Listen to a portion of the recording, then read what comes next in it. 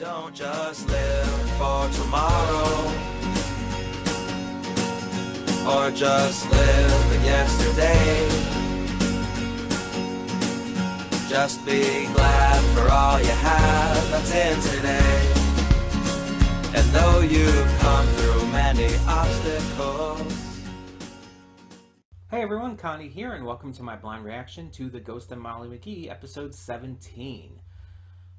So, last time we came back to the series and it was kind of disappointing. And I said in that reaction that it was probably just because, we had a sudden extra hiatus and it was just... We come back to an episode that's a little disappointing, so it kind of stung a little bit more.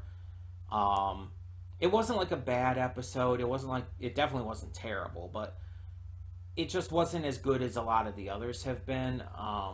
This series has just had so many amazing episodes, so it's like you kind of want them all to be amazing,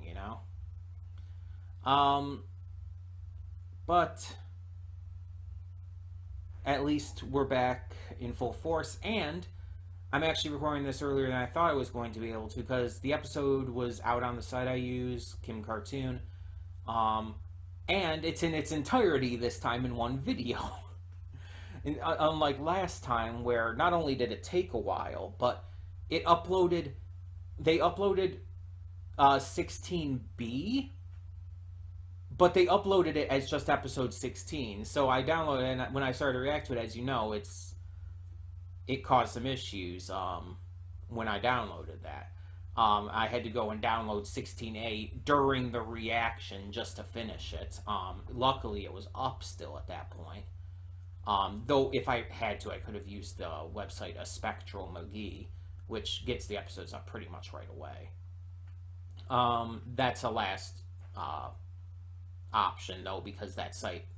The player on it is not great, from what I saw, at least not for recording reactions. It has a lot of lagging from the time or two I've used it. But yeah, it ended up all being up in one go and earlier than before. Maybe it's just because they returned last time and they were not prepared for it or something. I don't know. Whoever's putting it up on the site, I don't know. But it was up this time, and again, in its entirety. I did check the length. So, yeah, I'm excited to see more. I don't know what to expect. I know nothing about these episodes going in. But considering the last episode had very little Andrea or Libby, I'm hoping to get more of them this time. Mind you, I'm always hoping to get more of them. They're my favorite characters. But... after the break, after going on that sudden hiatus out of nowhere that was completely needless, I want to see them, in more than just a tiny little cameo role, basically, because that's basically what we had gotten before, in episode 16. But yeah, I don't know what to expect, but hopefully it's just a lot better than episode 16 was. In terms of not just the episode 2, but also the music. The music in episode 16 wasn't even that good, which is surprising because the music's been mostly very good in this series. There's been a couple that haven't been as big of hits, but they haven't... I think the music, the songs from the last episode were the worst of the series so far. I'd have to go back and listen to everything again to truly say... I haven't listened to most of the songs since I did that list of my favorites, which I'm definitely going to have to update once the season's over. I don't know, actually, let me check. I don't know how many episodes this is set for, I did used to know, I think, but I forgot. Just because time and everything.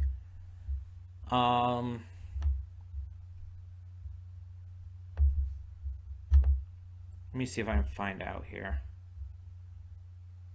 Yeah, I know it's renewed for a second season already. I'm not worried about that.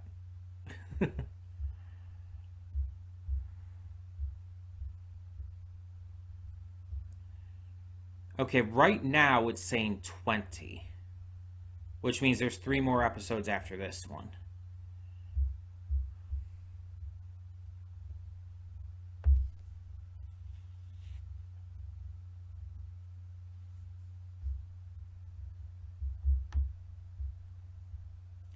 I'm not seeing anything more than that.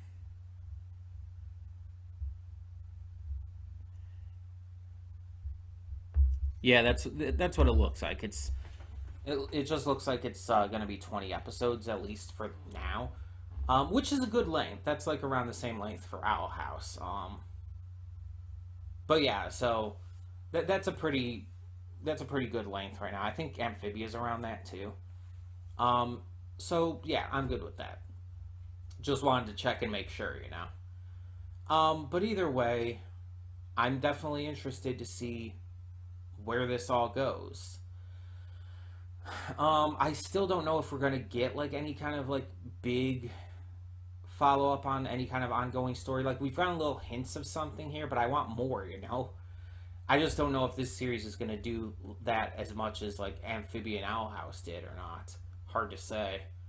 I hope so, but if it does remain mostly episodic, as long as it does it well, I'll still enjoy it because I actually enjoy mostly everything with this series. I've said that before, and I still stand by that. But we're just gonna get into this episode and hope for the best. So when the screen fades to black, pause this redirect and go to the description below. Follow the link to the reaction, and after you watch it, come back here to the redirect and resume play. Because after it fades to black and then fades back in, everything from that point forward will be my afterthoughts and will contain spoilers to the episode. So, that being said, thank you so much for tuning in, and I will see you at the reaction. And we are back, and we'll begin with spoilers in 3, 2, 1, now. And that's fucking more like it. That is the Ghost of Marlon McGee I love. Both of these segments were just grade A fantastic. Though the first segment was definitely better than the second. It just was. And Libby and Andrea's involvement was definitely part of that. So our first segment here revolved around luck. And this is, as I said in the reaction, something I kind of go back and forth on. Whether or not luck exists, really. Because it's a really hard concept to wrap your mind around. At least for me. Because the idea of luck existing and everything and things being just completely random like that, like my brain tries to tell me like that makes no sense, that doesn't work, it doesn't work like that. But at the same time, I've experienced things that you could call luck. I think most, if not all of us have. So at the same time, it's just hard for me to understand and to fully grasp. And that happens. But I don't know. I don't know exactly what to think of it in total, I guess.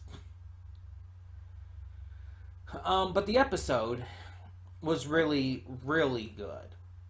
Having the focus on Libby and Andrea was fantastic. Both of them were at some of their best. And the music was great.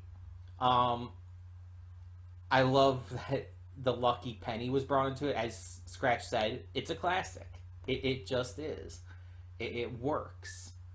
So, yeah, it was really fun. And the one joke that, looking back on it, like, really, like, was probably my favorite from that segment was when Molly's trying to talk to Libby and the bags just keep repeatedly hitting Libby's face, and then it's like you just have this giant barrage of them just like bombarding her face over and over, and it's just like, that's really fucking funny. That is genuinely really fucking funny. And of course Andrea skipping like a Disney princess was fucking perfection. It was just so fucking good. It's just, I just loved it. I really genuinely loved this segment. I can't say for sure right now, but I would probably say it's one of my favorite segments of the series so far. it, like, the plot, the concept isn't even that much. Like, there's just not a lot to it, but it's so well handled. It's so creative and exciting and fun and funny that it doesn't need to be super creative. But then we get to the second segment here, and this one's not as good, but it's still very good. While in the basement, most of the McGees end up getting locked down there, with the only ones not being Molly and Scratch, because Scratch can't really get locked anywhere. Um, so they have to figure out a way to get them out, but Molly is notorious for getting distracted. So she and Scratch go into town to try and figure something out, while the others just try to make the best of the situation. I'm going to talk about the rest of the McGee clan first. Chaos, pure chaos. Everything just devolves into pure chaos, and it's really fucking funny. Honestly, it was really funny seeing just how quickly they devolved. Like, at first it was going fine, but once the candy was brought in, they started divvying it up, and then it was revealed that Shannon was hiding some of it away because she goes apparently crazy if her blood sugar's not kept up. It's like, that was really funny. And to see it just completely devolve from there to, like, them forming their own, like, sides and everything. Daryl has become feral, which, just the fact that that rhymes is fucking hilarious to me. The father, God, what? I said his name before, and I can't think of it now. My mind is completely blanking, and that's fucking stupid and weird.